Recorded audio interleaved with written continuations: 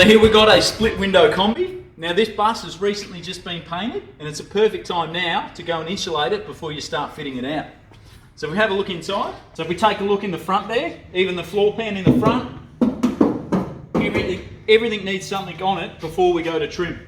So in the back here, probably one of the biggest offenders is that flat 4 engine configuration. Now a lot of guys have the same problem with their Beetles or Porsches, where call that the rear firewall and that rear parcel shelf area, all that noise is resonating off that panel. If you just put trim on it, you're still going to have that problem. So now's the time to do it. What we're going to do is put our stage 1 vibration dampening mat and target all those single skin sheet metal areas. Then we're going to follow up with our mass noise liner, which has a decoupling layer of foam and a mass loaded vinyl. So we're going to use that as a drop-in blanket, effectively a firewall blanket, and we're going to drape it over that parcel shelf area, down that firewall, and we're going to run it right up through the floor pan up to this divisional panel. Now the owner of the bus wants to trim that, so that's going to allow us to put some dampening sheets on this panel also and take out any resonance that's going to happen. We're then going to treat the side walls and the roof with our stage 1 sound deadener, and we're going to run a range of foams over them that's going to set this thing up that you can upholster it, put a headlining in it, put your timber panels or however you're going to dress it up, whether it's going to have a kitchen as a camper or it's going to have multi-rows of seat or a big stereo. It's all going to add to make this thing quiet and comfortable to drive. So let's get stuck into it. So this product here is what we call stage 1 sound deadener. Now this material is a vibration dampening mat, also referred to as a constrained layer dampening sheet.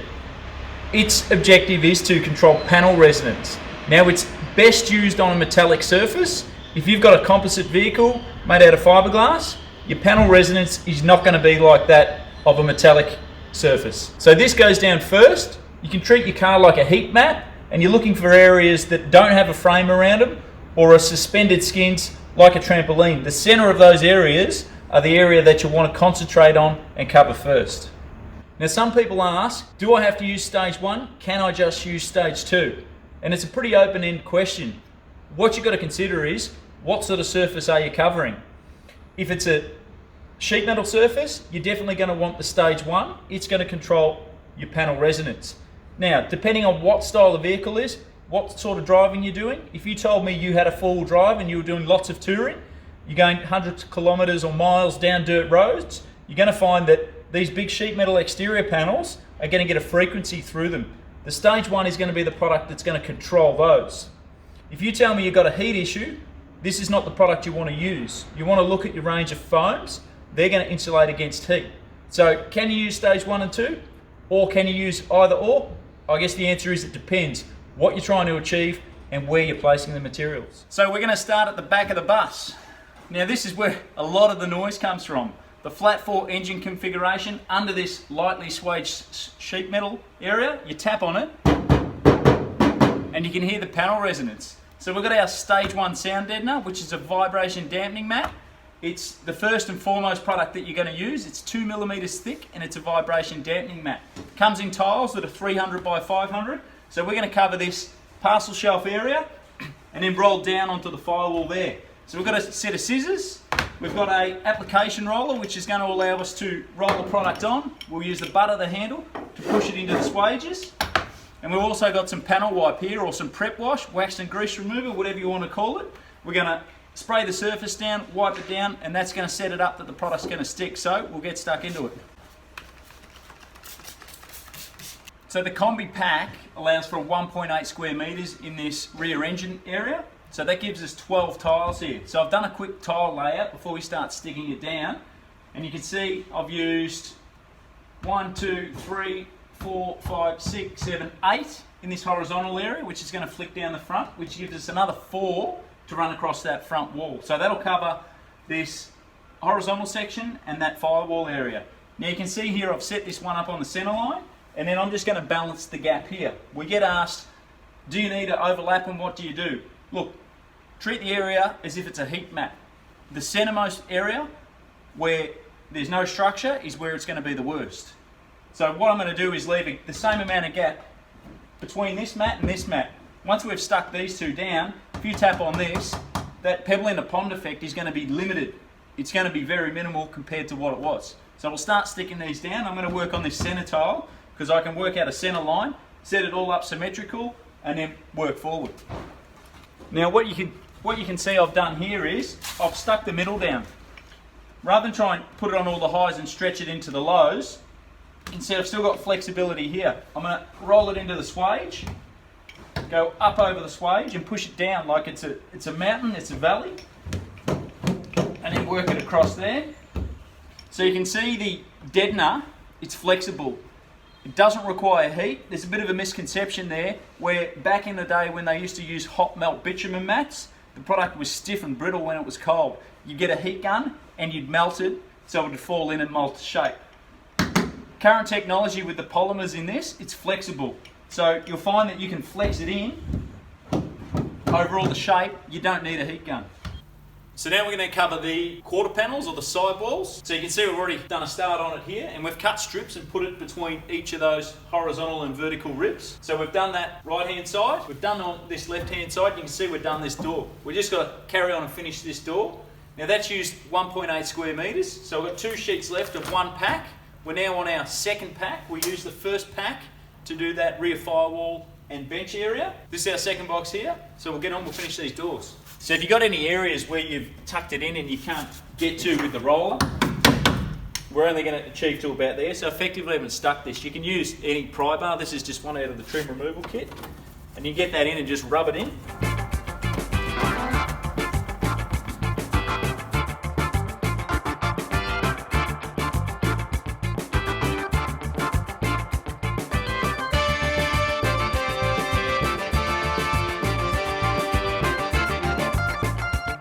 So we've got a shape here. It's a little bit complex. We started off in this corner and we get enough stretch out of the material there. You can see a small gap there. We can come back in and fill that in. But now it's working out where the next panel goes. If we look at that, it's going to be a bit difficult. So what I'm guessing is if we run this one here, we can get a bit of stretch out of that. That'll get us to the center line. We'll duplicate that. Then we've got a couple of infill panels here, so it'll be easy to do those in small pieces. Now we're going to cover this with a foam over the top of it. So if we've got any steps, the foam's going to absorb that out and level it out, that then you can set this up, whether you make a panel that goes over it or you want to just upholster it with carpet. You could just spray contact adhesive onto the foam and then universal carpet that'll stretch over it. So another tip for you with this application roller, you obviously got the wheel that you can use on the flat areas. Anywhere where you get to a rib, you can use the timber handle. But another good one is these areas here which are convex curves. You can use the taper on the handle here.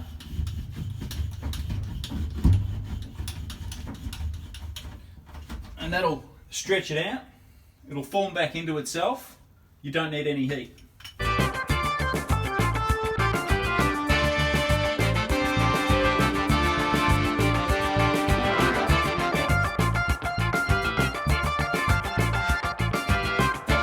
So we've got our aluminium foil tape here, and you might be asking, where do you use this stuff? Now you can see here we're trying to create a smooth panel, and if you run your hand over it, I've put a strip down the middle here and it's quite sharp. So to get rid of those sharps, if you run your finger down it, you're going to split it.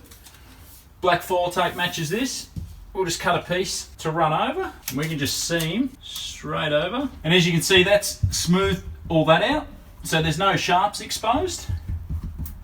If you've got an area here, like this bit, where we've got a bit of bleed of the rubber, and particularly if it's on a floor and you're going to kneel on it, what's going to happen, it's going to get stuck to your pants, like this. So as you do that horizontal floor, you can just tape over the joint.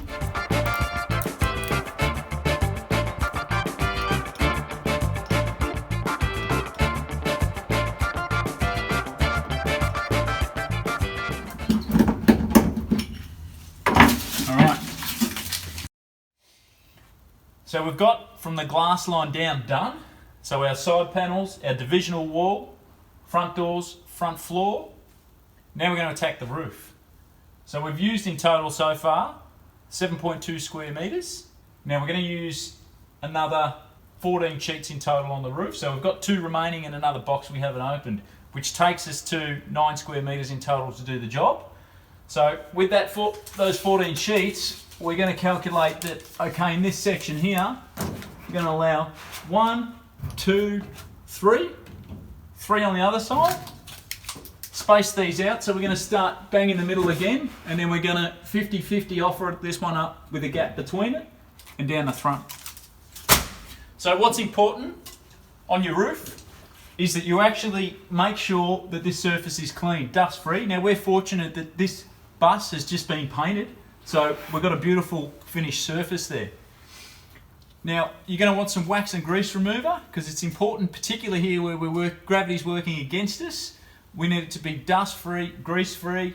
You want to try and minimise your contact as far as the oils and grease that comes out of your fingers touching the adhesive side. And we want to make sure we use the roller and get enough contact and purchase to stick it on. So you can go to the effort here to mark a centre line on it. You can see this particular bus has had a bit of timber bonded to the roof. That's most likely going to go back in to allow us to suspend the headliner, however that's going to be done. So I'm going to assume there's a beam running across here, which is effectively a frame, stiffens up the roof. So we'll offset this about 50 mil, stick this first one up. So we've covered our roof here, and you can see the approach where we've targeted the hot spots and then spaced out all the tiles. Now we're saying this is the minimal approach to control the panel resonance in the roof. In this combi pack, we've got an extreme pack, which will give you another 12 tiles, where you could butt all these up if you wanted to. You could do the same approach on this parcel shelf area where we've left gaps, but what we've done is create a pack where we think it's minimal to cover all the surface areas. Now some technical aspects when we're doing the roof is much like doing your school books. When you're trying to laminate them and not get any air bubbles, it's always a challenge. So you really want to try and roll these out. Inevitably you're going to get an air bubble, and I've got a good one here which is a good example to show you. Now the problem with this is you're obviously going to get sun, UV, hitting the top of the roof. If you've got air that's entrapped there, it's effectively going to want to expand, contract, which could put risk on this pressure. So we want to get rid of that air. Now the best way to do it is just get a knife. Now what you've got to be conscious of is we want to cut the face of the aluminium and then cut through the butyl, but we don't want to score the roof and upset the paint and expose any metal. So what I'm going to do is cut through the aluminium, and I'm just going to flick the knife sideways to open up an air gap, which is going to allow us to either use our thumb or the roller, push that air out and just fold it back over itself. So we'll do this now.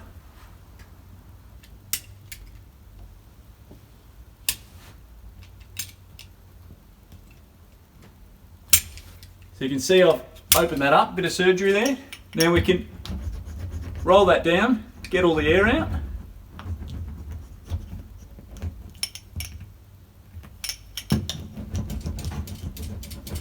And then we can fold that straight back over itself. You can get a bit of the foil tape.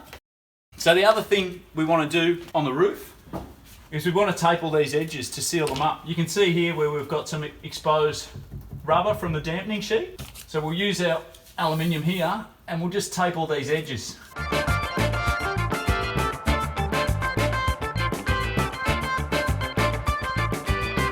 So we've covered our rear engine area with our stage 1 sound deadener mat. Now you can see this is entirely black. When we laid out the sheets we had gaps between them. What we actually used was our black foil tape, which is the same thickness aluminium as what's used on top of our sound deadener. Now we've taped that up so that as we're working here we're not going to catch any edges. As we kneel on it, if we've got pants on, you'll find that the rubber from the dampening sheet will contaminate your clothes, so it just makes it all clean.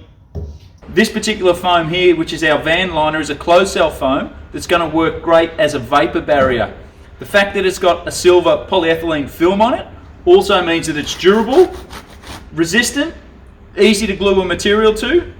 This will stop hot meeting cold. So that separation there, once it's stuck on the sheet metal, you're not going to wake up in the morning with condensation forming on this, because we've separated the outer skin, which is going to be cold, and the internal heat space here. So our hot and cold are never going to meet. Now we do see a lot out there where people will take building materials and look to line the inside of their vans. Now these people seem to be attracted by the fact that things have a silver face.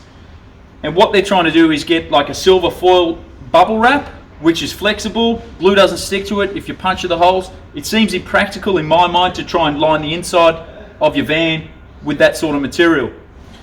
This foam has got a bit of body, a bit of structure to it, but it's still flexible. So it's going to curve to concave surfaces, and it comes with an adhesive.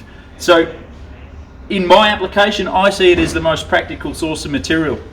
I mean, if you break down how these materials work, it's purely the fact that they've got trapped air inside that's not going to allow heat energy to pass through. So the same as your bubble wrap, which has got stored energy, they're using that as a layer, exactly the same as this, to form through. It as a medium seems totally impractical. We see people with foilized just film that's typically used as roof sarking, which is also a vapor barrier used in construction, and it's used up there for a multitude of reasons. One of the factors is just the sheer scale of mass they're trying to cover and cost, where if you're trying to line the inside of the vehicle with it, it's totally impractical. So the closed cell foam, what we've created as a van liner at 10 mil thick, is practical and will curve to the range of convex, concave surfaces to create a good liner. So self-adhesive on the back of it, on this face here. The foam, the good thing about the foam is the density of this. It's flexible and it's lightweight, so we can apply it to the roof. It'll curve in these curve areas. Now we've done half of this side panel here. We're going to cover it down here. What it's going to do is insulate the van, particularly if it's a tourer and you're going to sleep in it. It's going to help separate the hot and cold, so you don't get that condensation build up. Effectively, it's a vapor barrier, but it's also going to help you with a bit of sound insulation at the same time. So I've deliberately finished this short here because we had this vehicle on display. We're going to cut some strips and go all the way down here, and then we've got a handy tape which will show you how this works. What we've done is we've taken the same film, matched the thickness, and created an adhesive tape. When we put this on, we'll do this later, it'll disappear, you won't see the joints. That way you don't need to be fussed that if you don't butt it up or you've got a gap, you can tape over it. If this was a van that didn't have any lining on it, you could use a 4-way stretch carpet and upholster all over this to create a textile face. So we'll measure up these dimensions, we'll cut this up, and we'll get it stuck on.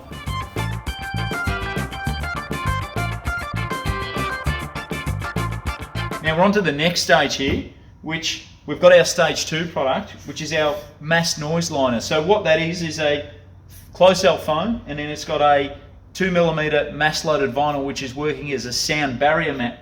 So our goal with this is to cover this horizontal area and go down that firewall area. Now we've got two options here. We've actually got a finished face leather look, which is a durable mat that you could just use, put in, and becomes the floor coating. Look, most people though may have something original or a carpet or something else, so we've got a cheaper version. Function's still the same. However, as a finished mat, it's durable, but if you put a strike on the surface, you're going to discolour it. So it's usually limited as an underlay that puts a coating over the top. So our mass noise liner comes in a sheet, which is 1 metre by 1.5. We can roll the sheet out, it covers the width.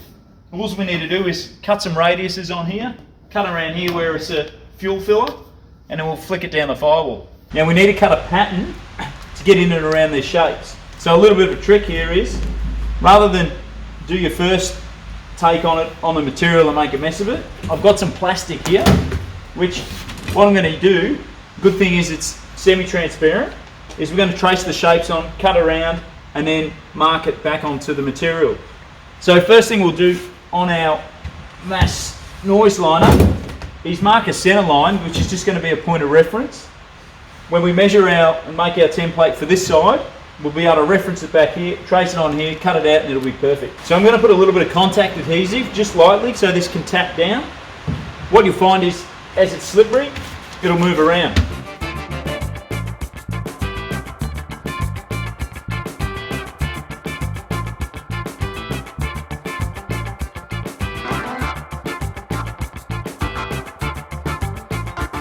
So you can see here, we've just pressed into the corner, created a template. Around here where the material didn't want to bend, we just got our scissors, come down, put a couple of relief cuts, which has allowed us to follow this groove around. Now look, even if you do make a mess of this, you can get some masking tape and tape around and retrace your line on, then recut it. Keeping in mind this is a template or a guide, so when we cut it on the real material, we cut it once and we cut it perfect.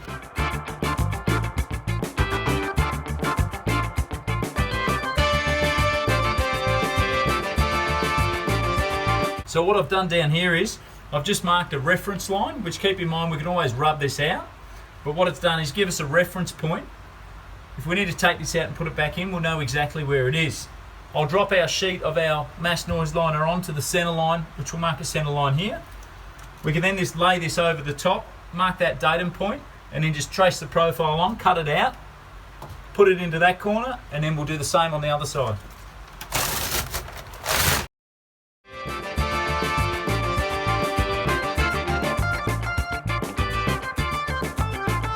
So I've just grabbed some chalk so you can see what I'm doing here. I've laid this on our center line. We marked the center line by measuring our material, and we've got a mark here on our template. We've lined that up, lined up this horizontal edge. Now we'll just trace around this and cut it out.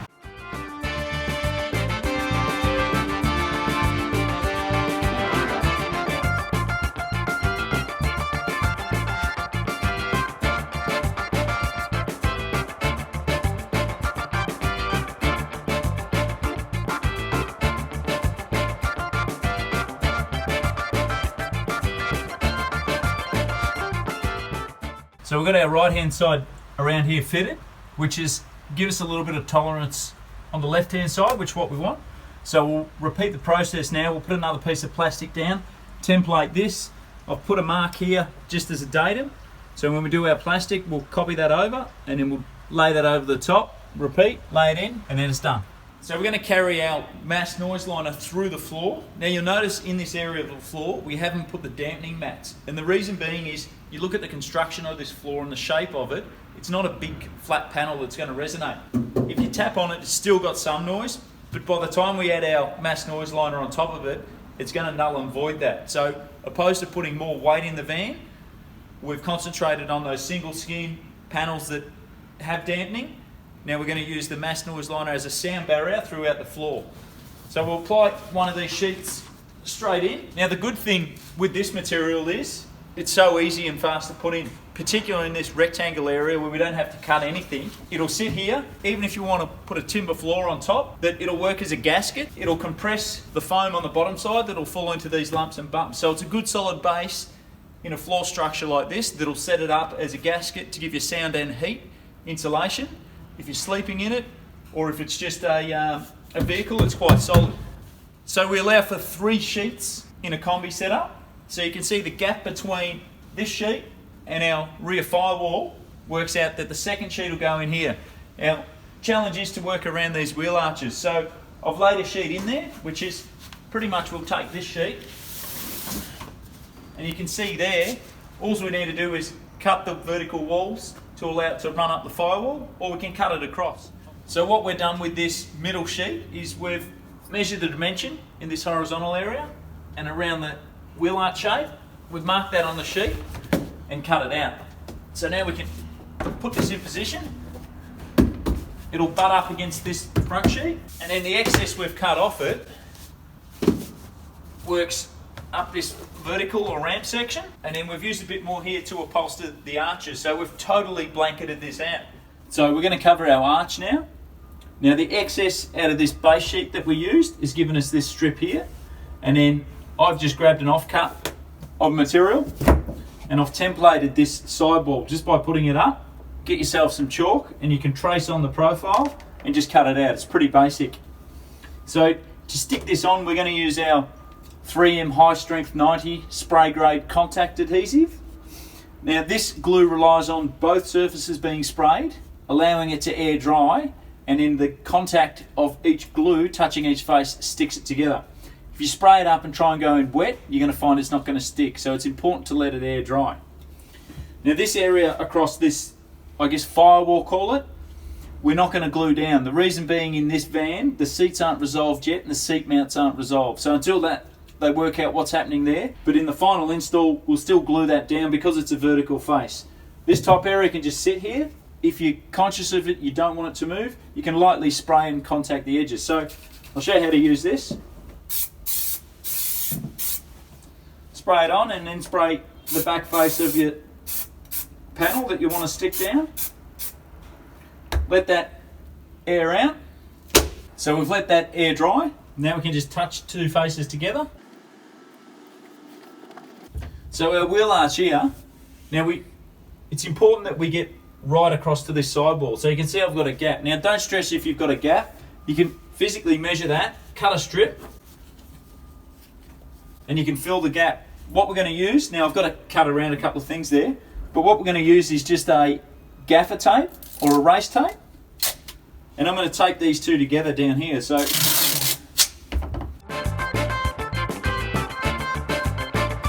that's now held that in position. We'll cut around this. You can butt these two together.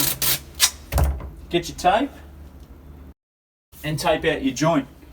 Now it's up to you where you go from here, how you're going to upholster it, whether you want to put another layer of foam, whether you want to glue this down.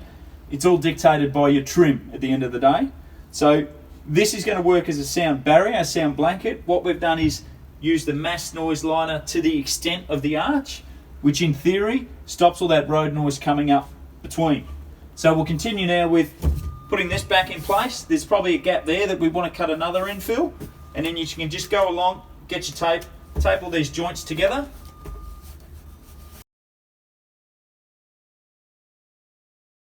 So you can see now we've got all our wheel arch covered. Something I want to point out to you, your goal with a mass loaded vinyl, much like a bucket, is you don't want any leaks in it.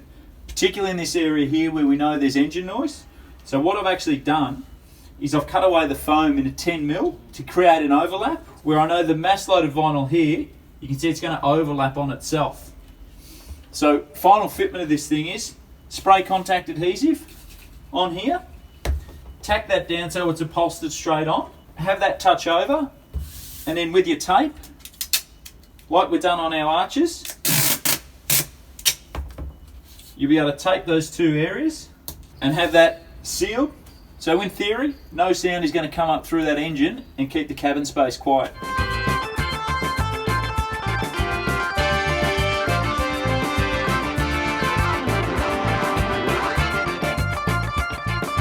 So we've got our combi here and it's fitted out. Now we did our stage 1 sound deadener on the engine cover, firewall, wheel arches, all our side panels, roof and front doors. We've then used our mass noise liner and pretty much covered all the horizontal surfaces through the floor, down the firewall, across this floor and through the front.